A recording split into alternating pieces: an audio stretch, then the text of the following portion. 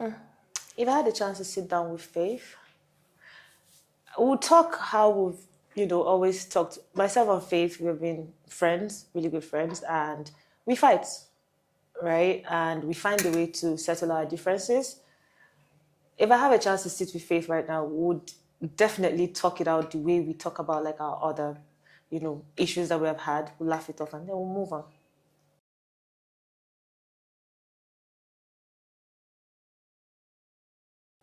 Well, I think I knew what I went in there for. And honestly, I had a lot of times when people tested my patience, and I already promised myself that I didn't want to react a certain way to be disqualified. So I controlled my temper, the anger, the frustration.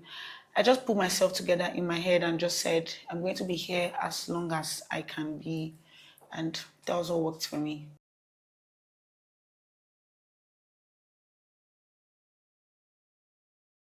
Resentments from other housemates, not that I know of.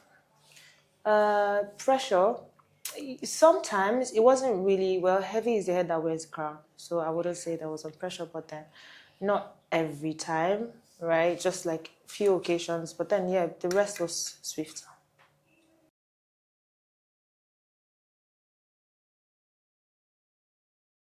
I'm not going to say I know what their insecurities are because I don't know it. I'm just going to say I had so much audacity to things and stood for things that I liked. And I was bold enough to admit to certain things that I want to do and want to say. So I'm just going to say it was just audacity for me. I don't know if they had insecurities or not.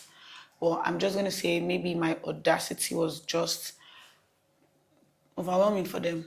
And that's it.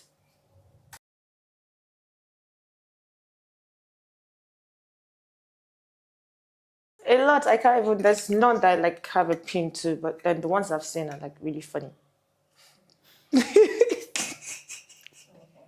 Yeah.